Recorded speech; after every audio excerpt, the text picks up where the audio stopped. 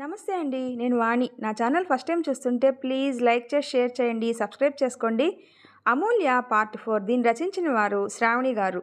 గౌతమ్ అంటూ ఉన్నాడు, నాకు ఉన్న ఒకే ఒక్క ఫ్యాంటసీ ఏంటో తెలుసారా? నేను నీకు ఇష్టంగా ఇచ్చిన చీరలో నా కోసం ప్రేమగా రావాలంట. నేను నిన్ను ఆ చీరలో చూసి నాకు చాలా నచ్చి నీకు ముద్దు ఇవ్వాలంట. ఐ లవ్ చెప్తూ చిన్నగా సిగ్గుపడ్డాడు. మళ్ళీ మాట్లాడుతూ, నువ్వు, నేను, అమ్మా, నాన్న, మన పిల్లలు, ఇంకేం వద్దు, చాలు. లైఫ్ లాంగ్ నేను నీ కాళ్ళ దగ్గర ఉండిపోతా. అదంతా కాదురా, నాకు ఒక మాట ఇవ్వు. నువ్వు నాతో లైఫ్ లాంగ్ ఉంటావు కదా, నన్ను వదిలిపోవు కదా అని అంటూ అమ్ముకి చెయ్యి చూపాడు. అమ్ము నిద్రలో ఆ చెయ్యిపై తన చెయ్యి వేసింది. గౌతమ్ ముందు షాక్ అయినా మళ్ళీ చిన్నగా నవ్వుకొని, చాలు, ఈ మాత్రం భరోసా అని లేచి వాష్రూమ్కి వెళ్ళాడు ఫ్రెష్ అవడానికి. గౌతమ్ వెళ్ళాడు అని కన్ఫర్మ్ చేసుకున్న అమ్ము కళ్ళు తెరిచింది.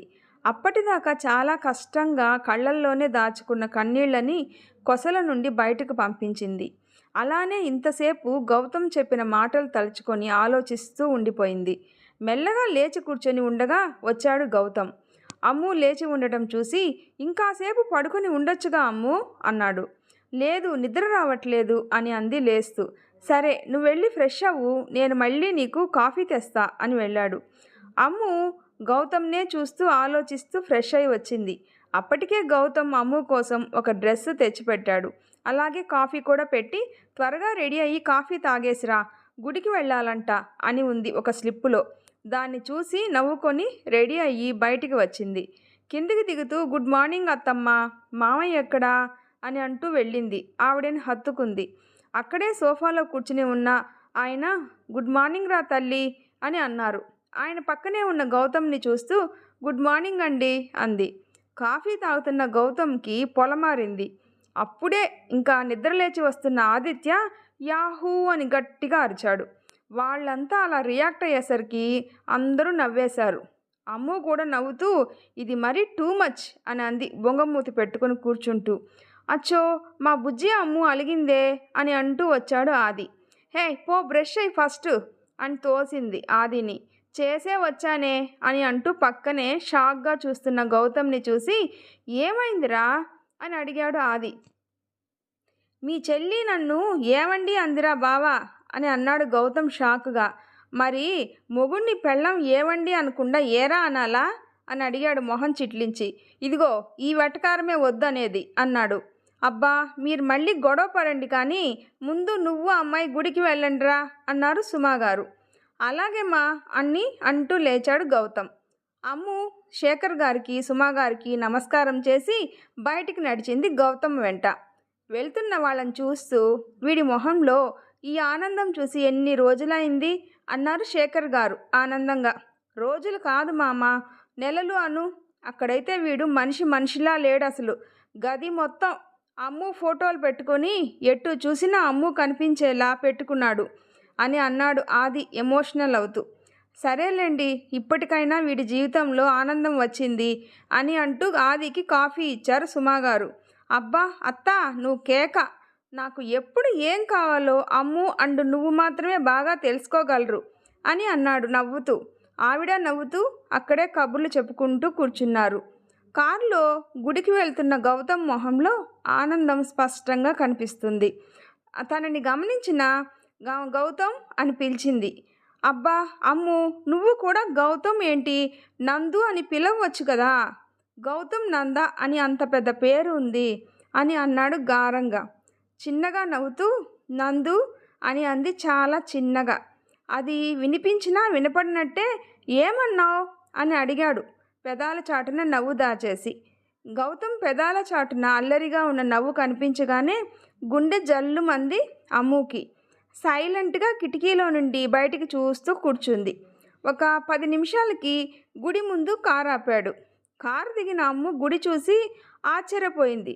నేను ఈ గుడికి రెగ్యులర్గా వస్తానే అని అనుకుంటూ ఉండగా కార్ పార్క్ చేసి వచ్చాడు గౌతమ్. ఇద్దరూ కలిసి గుడిలోకి వెళ్ళారు. అమ్ముకి మనసంతా చాలా ప్రశాంతంగా అనిపించింది. దర్శనం చేసుకోవడానికి వెళ్ళారు. పూజారి గోత్రనామాలు అడిగితే భరద్వాజ గోత్రం, అమూల్య, గౌతమ్ నందన్, సుమశ్రీ, చంద్రశేఖర్ అని చెప్పింది. పూజారి అర్చన చేయడానికి వెళ్ళారు. గౌతమ్ ఆశ్చర్యంగా చూస్తూ ఉండటంతో అతనిని కదిలించి, ఏమైంది నందు అని అడిగింది చిన్నగా. ఈ విషయాలు నీకెలా తెలుసు అని అంటున్న గౌతమ్తో, అత్తమ్మ చెప్పింది అంది నవ్వుతూ. గౌతమ్ కూడా చిన్నగా నవ్వి నమస్కారం చేసుకున్నాడు. హారతి తీర్థం తీసుకున్నాక నుదుటిన కుంకుమ లేకుండా ఉన్న అమ్ముని చూసి పూజారి గారు, అమ్మా, నుదుటిన కుంకుమ లేకుండా ఉండకూడదు తల్లి అని గౌతమ్ వైపు తిరిగి, బాబు నువ్వు ఈ కుంకుమ పెట్టు, స్వామివారికి కుంకుమార్చన చేసిన కుంకుమ ఇది అన్నారు. గౌతమ్ కాస్త భయంగా అమ్ము వైపు చూసి కుంకుమ తీసుకున్నాడు. చిన్నగా వణుకుతున్న చేతులతో అమ్ము నుదుట వరకు తెచ్చి 1 నిమిషం ఊపిరి బలంగా తీసుకొని అమ్ము నుదుటిన పెట్టాడు. అమ్ము కళ్ళు మూసుకుంది. తన కళ్ళల్లో నుండి నీళ్లు చెంపలపై రాలాయి. గౌతమ్ తలదించుకొని మనసులోనే బాధపడ్డాడు, తనకి ఇష్టం లేకుండా పెట్టినందుకు. ఆ తర్వాత బయటికి వచ్చి అక్కడే కూర్చున్నారు. అమ్ము చుట్టూ చూస్తూ ఉంది. మనసుకు చాలా ప్రశాంతంగా ఉంది. తనని అంత ప్రశాంతంగా చూసిన గౌతమ్ చిన్నగా అమ్ము అని పిలిచాడు. హా అని గౌతమ్ని చూసింది.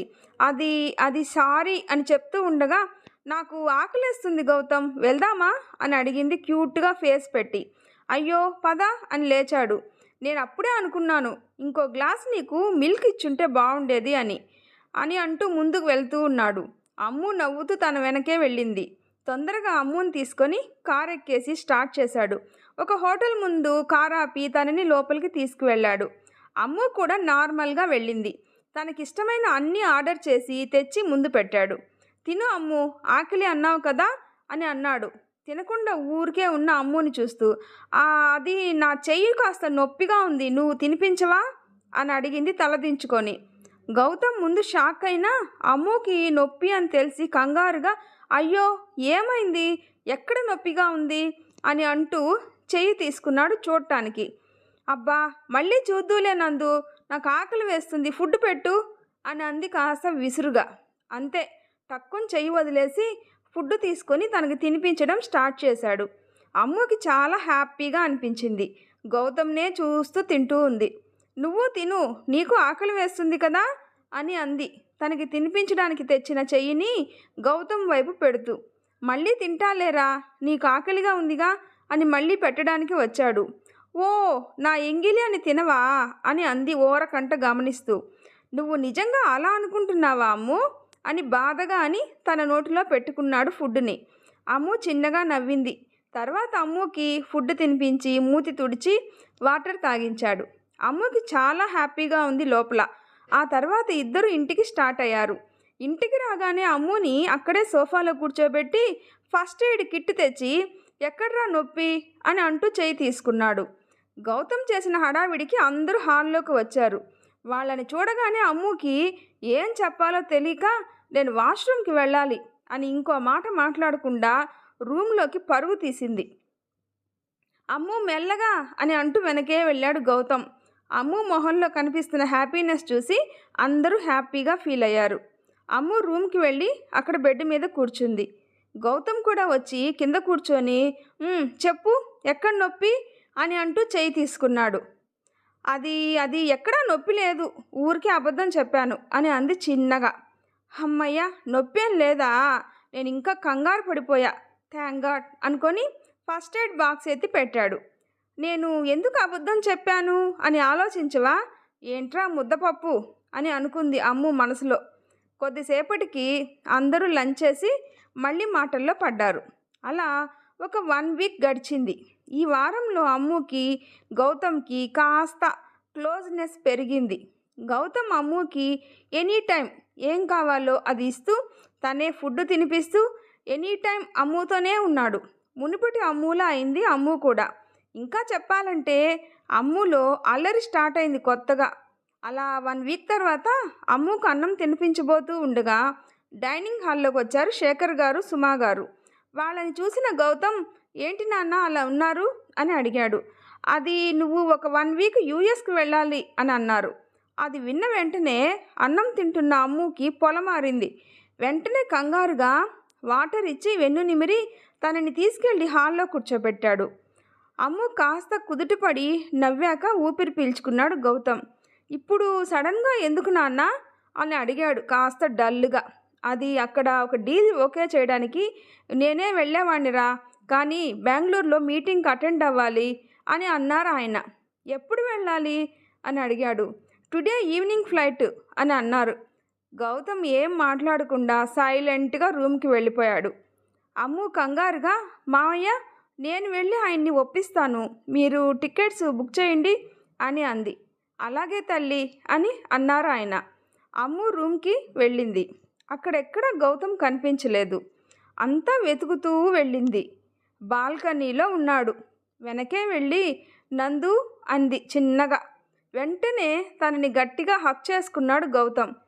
అమ్ము ఫస్ట్ ఆశ్చర్యపోయినా గౌతమ్ చాలా బాధపడుతున్నాడు అని అర్థమైంది. అందుకే వెన్ను నిమురుతూ ఉండిపోయింది. గౌతమ్ ఇంకా గట్టిగా అమ్ముని గుండెలకి పొదువుకుంటూ, నాకు నిన్ను వదిలి వెళ్ళాలని లేదమ్ము. అప్పుడు ఒకసారి అలా వెళ్ళినందుకు చాలా దూరం అయ్యావు. ఇప్పుడు వెళ్తే అని మాటలు రాక ఆపేశాడు. అమ్ము గౌతమ్ వెన్ను నిమురుతూ, నందు అప్పుడు మన మధ్య ఎలాంటి బంధం లేదు, కానీ ఇప్పుడు మన మధ్య ఒక బంధం ఉంది. అలాంటప్పుడు నీకు ఎలా దూరం అవుతాను అని అంది. నిజంగా నాకు దూరం అవ్వవు కదా అని అడిగాడు చాలా ఆశగా. మా అమ్మ వాళ్ళ ఇంటికి కూడా వెళ్ళను. నువ్వు రాగానే నీ కంటికి కనిపిస్తాను, నేనే ఎదురు వస్తాను అని అంది నవ్వుతూ. థ్యాంక్ యూ సో మచ్ అమ్ము అని అంటూ అమ్ముని ఇంకా గట్టిగా పట్టుకున్నాడు. అప్పుడు కానీ అర్థం కాలేదు ఇద్దరికి వాళ్ళు ఉన్న పొజిషన్. కాస్త ఇబ్బందిగా కదిలారు. అమ్ముని వదిలేసి గౌతమ్ కిందికి వెళ్ళాడు చెప్పటానికి. అమ్ము గౌతమ్ టచ్ని ఫీల్ అవుతూ నవ్వుకుంది. తర్వాత వెళ్ళి గౌతమ్ బట్టలు సర్దుతూ ఉంది. అన్నీ సర్దాక వచ్చాడు గౌతమ్. అమ్ము ఇంకో 1 అవర్లో ఫ్లైట్ అని అంటూ, అన్నీ సర్దేశాను అని అంది. గౌతమ్ అంతా ఒకసారి చూసి అమ్ముని చూస్తూ సారీ అని అన్నాడు. ఎందుకు అని అంది అర్థం కాక. టక్కున అమ్ముని మళ్ళీ హక్ చేసుకొని గట్టిగా కళ్ళు మూసుకొని నుదుటి మీద ముద్దు పెడుతూ, ప్లీజ్ నువ్వు ఎయిర్పోర్ట్కి రాకు, నిన్ను చూస్తూ దూరంగా వెళ్ళలేను. ఇప్పుడు కూడా నిన్ను దగ్గరికి తీసుకోకపోతే ఊపిరి ఆగిపోతుందేమో అనిపించింది అని అమ్ముని చూడకుండా అలానే సూట్ కేసు తీసుకొని కిందికి వెళ్ళిపోయాడు. ఒక్కసారి కూడా తిరిగే చూడలేదు. అమ్ము అలానే అక్కడే కూర్చుండిపోయింది. గౌతమ్ని వదలడానికి వెళ్ళాడు ఆది. అమ్ము కొద్దిసేపటికి తేరుకొని ఆ రూమ్ని చూసింది. ఎందుకో చాలా వెలితిగా అనిపించింది. అలానే చూస్తూ ఉంది రూమ్ అంతా. సడన్గా తన కళ్ళు ఒక చోట ఆగిపోయాయి. అక్కడ షెల్ఫ్ దగ్గర ఏదో ఉన్నట్టు అనిపించింది. చిన్నగా దాన్ని తోసింది. ఒక డోర్ ఓపెన్ అయింది. షాక్ అయింది అమ్ము. ఇక్కడ ఒక రూమ్ ఉందా అని అనుకుంటూ లోపలికి వెళ్ళింది. ఎదురుగా పెద్ద ఫ్రేమ్లో అమ్ముది ఒక ఫోటో ఉంది. అది లంగావోణిలోది. చాలా ముద్దుగా ఉంది. తర్వాత కొన్ని ఫోటోలు ఉన్నాయి అక్కడే పక్కన. అలానే చూస్తూ వెళ్ళింది. అక్కడ ఒక బెడ్, సోఫా ఉన్నాయి. అమ్ము ఆల్బమ్ చూస్తూ వెళ్ళింది. అక్కడ సోఫా దగ్గర టేబుల్లో ఏదో ఒక బుక్ ఉంది. దాని మీద నా అమూల్యమైన అమ్ము అని రాసి ఉంది. దానిలో ఏముందో తెలుసుకోవాలని ఓపెన్ చేసింది. అందంగా ఉన్న హ్యాండ్ రైటింగ్తో, గుండ్రంగా ఉన్న అక్షరాలతో, నా ఆనందంలో నవ్వు నువ్వు, నా ఊహల్లో చిత్రం నువ్వు, నా గుండెల్లో చప్పుడు నువ్వు, నా నిద్రలో కలవు నువ్వు, నన్ను తట్టి చూసుకుంటే నాలో కలిగే పులకరింతకి చిరునామా నువ్వు, నేను అనే పదానికి అర్థమే నువ్వు అని రాసి ఉంది. అది చదివిన అమ్ముకి గౌతమ్ కళ్ళ ముందు మెదిలాడు. అలానే పేపర్ తిప్పింది. తన ఫోటో స్కెచ్ ఉంది. దాని పక్కన వర్షాకాలంలో ఇంద్రధనుసు ఎంత అందంగా కనిపిస్తుందో, నిన్ను ప్రేమించే వారికి నువ్వు కూడా అంత అందంగా కనిపిస్తావు బంగారం అని ఉంది. దాన్ని చూడగానే అమ్ము పెదాల మీద నవ్వు పూసింది. బుగ్గలు ఎరుపు రంగు సంతరించుకున్నాయి. అలా మెల్లగా డైరీని చదువుతూ గతంలోకి జారుకుంది. అక్కడ ఫ్లైట్లో గౌతమ్ కూడా అమ్ము గురించి ఆలోచిస్తూ తను మొదట అమ్ముని చూసిన రోజుకి వెళ్ళాడు కళ్ళు మూసుకొని. 1 ఇయర్ బ్యాక్. గౌతమ్ లేరా, గుడికి వెళ్దాం, ఈరోజు మర్చిపోయావా అని అంటూ బెడ్షీట్ లాగుతూ ఉన్నారు సుమాగారు. టక్కున లేచి బాత్రూంలోకి దూరాడు గౌతమ్. ఫ్రెష్ అయ్యి బయటికి వచ్చాడు. కిందికి వచ్చి వాళ్ళ అమ్మా నాన్నల బ్లెస్సింగ్స్ తీసుకొని గుడికి బయలుదేరాడు. ఇద్దరూ గుడికి చేరుకున్నాక గౌతమ్ కారు పార్క్ చేసి లోపలికి వెళ్ళాడు. ప్రదక్షిణలు చేయటానికి వెళ్తూ ఉంటే వాళ్ళ అమ్మ పిలిచింది. వెనక్కి తిరిగి మాట్లాడేసి ముందుకు తిరిగిన అతనికి మాటలు రావట్లేదు, చూపులు తిరగట్లేదు, అడుగులు పడట్లేదు. అలాగే ఉండిపోయాడు. కానీ వెనక త్వరగా అని వినిపించింది. అలానే చూస్తూ ఉండిపోయాడు అక్కడ ఉన్న ఒక దృశ్యాన్ని. అక్కడ ఒక అమ్మాయి చిన్న పిల్లలతో ఆడుకుంటూ కనిపించింది. తనని చూస్తుంటే వేరే ప్రపంచమే వద్దు అనేంత అందంగా ముద్దుగా ఉంది. ఈసారి నిజంగా గుడిలో గంటలు మోగిన శబ్దానికి తేరుకున్నాడు. కంగారుగా మొత్తం గుడి అంతా చూశాడు. లాస్టులో ప్రదర్శనలు చేస్తూ కనిపించింది. ఇంకేముంది, బాబు ఊపిరి పీల్చుకొని తన దగ్గరికి వెళ్ళాడు. ఆ అమ్మాయి వెనకే కాస్త దూరంలో ఉంటూ తననే చూస్తూ తన కళ్ళలో నిలిపేసుకున్నాడు. మళ్ళీ సుమాగారు పిలిచారు. ఆవిడతో మాట్లాడి వచ్చేసరికి ఆ అమ్మాయి కనపడలేదు. ఏదో బాధ చుట్టేసింది మనసుకి. అంతా వెతుకుతూ ఉన్నాడు. అలా గుడి బయటికి వచ్చాడు. అక్కడ ఆ అమ్మాయి బండెక్కుతూ ఉంది. వదిలేస్తే తను వెళ్ళిపోతుందేమో అని భయపడి కంగారుగా తన దగ్గరికి వెళ్తుండగా ఆ అమ్మాయి బైక్పై కూర్చుని వెళ్ళిపోయింది. ఆ బైక్ నెంబర్ చూసిన గౌతమ్ మొహం 1000 వోల్టులు దాటి 1,00,000 వోల్టుల బల్బు వెలిగినంతగా వెలిగింది. అలానే అక్కడే నిల్చుండిపోయాడు. సుమాగారు వచ్చి మాట్లాడించేదాకా అసలు కదలకుండా బైక్ వెళ్ళిన వైపే చూస్తున్నాడు. ఆవిడ వచ్చాక తేరుకొని కారు దగ్గరికి నడిచాడు. ఇంటికి వెళ్ళేంత దాకా తనలో తానే ముసిముసిగా నవ్వుకుంటూ సిగ్గుపడుతూ ఉన్నాడు. అన్నీ గమనించిన సుమాగారు నవ్వుకున్నారు. ఆ తర్వాత ఒక 2 రోజులకి ఆ బండి నెంబరు ఉన్న వ్యక్తికి కాల్ చేసి మాట్లాడి వెళ్ళాడు. మాల్లో ఐస్ క్రీమ్ తింటూ ఉంది ఆ అమ్మాయి. ఇంతలో తన పక్కన ఎవరో వచ్చి కూర్చున్నారు. ఆ అమ్మాయి షాక్ అయింది. అలా కూర్చునేసరికి కాస్త భయపడింది కూడా. హాయ్ అమ్ము అన్నాడు అతను. ఎవరు మీరు? నా పేరు మీకెలా తెలుసు అని సీరియస్గా చూస్తూ అడిగింది. నా పేరు గౌతమ్ నందన్. మా నాన్న పేరు శేఖర్, అమ్మ సుమ. ఒక బెస్ట్ ఫ్రెండ్ ఉన్నాడు, వాడి పేరు అని చెప్పబోతుంటే ఈ డీటెయిల్స్ నాకెందుకు, ప్లీజ్ ఇక్కడ నుండి వెళ్తారా అని అంది చేయి చూపిస్తూ. ఐ లవ్ యూ అని అన్నాడు కళ్ళల్లోకి చూస్తూ. ఒక్క క్షణం షాక్ అయింది అమ్ము. హే, నీకేమన్నా పిచ్చా? నా గురించి ఏం తెలుసని అలా అంటున్నావు? నీ గురించి తెలుసుకొని నిన్ను ప్రేమించలేదమ్ము. నిన్ను ప్రేమించాకే నీ గురించి తెలుసుకున్నా. కావాలంటే చెప్తా విను. నీ పేరు అమూల్య, నాన్న నిరంజన్, అమ్మ లక్ష్మి, అన్నయ్య ఆదిత్య, అత్త భాగ్య, మామ శ్రీధర్, వాళ్ళ కొడుకు వేదాంత్. మీ ఇంట్లో ఇంకో అమ్మాయి ఉంటుంది, తన పేరు సుష్మా అని టకా చెప్పేశాడు. ఇంత తెలుసుకున్న నువ్వు నేను మా బావని ఇష్టపడుతున్నాను అని తెలుసుకోలేదా అంది సీరియస్గా చేతులు కట్టుకొని. ఒక్క క్షణం మాటలు రాలేదు. గుండె ఆగినంతగా అయిపోయింది. గొంతు తడి ఆరిపోయి ఏదో ఫీల్ వచ్చేసింది. కాళ్ళల్లో సత్తువ లేదు. మళ్ళీ అమ్ము మాట్లాడించేదాకా ఏం మాట్లాడలేదు. అవునా, నువ్వు నిజంగా ప్రేమిస్తున్నావా అని అడిగాడు మాటల్ని కూడా తీసుకొని. అవును, చాలా ఇష్టం, 4 ఏళ్ల నుండి ఇష్టపడుతున్నా అంది. ఎందుకో అమ్ముకి కూడా అతనితో మాట్లాడాలి అని ఉంది. సరే, నువ్వు తనని పెళ్లి చేసుకుంటే హ్యాపీగా ఉంటావా అని అడిగాడు. హా అని అంది. ఓకే అని వచ్చేశాడు తను పిలుస్తున్నా. అంతకు మించి మాట్లాడాలి అంటే ఇంకా ఏడ్చేస్తాడేమో తన ముందు అని భారంగా కింద కార్ దగ్గరికి వచ్చాడు. గౌతమ్ రావడం చూసి ఆదిత్య వచ్చాడు. తర్వాత ఏం జరుగుతుందో నెక్స్ట్ పార్ట్లో తెలుసుకుందాం. నా వీడియో నచ్చితే ప్లీజ్ లైక్ చేసి షేర్ చేయండి, సబ్స్క్రైబ్ చేసుకోండి. Thanks for watching.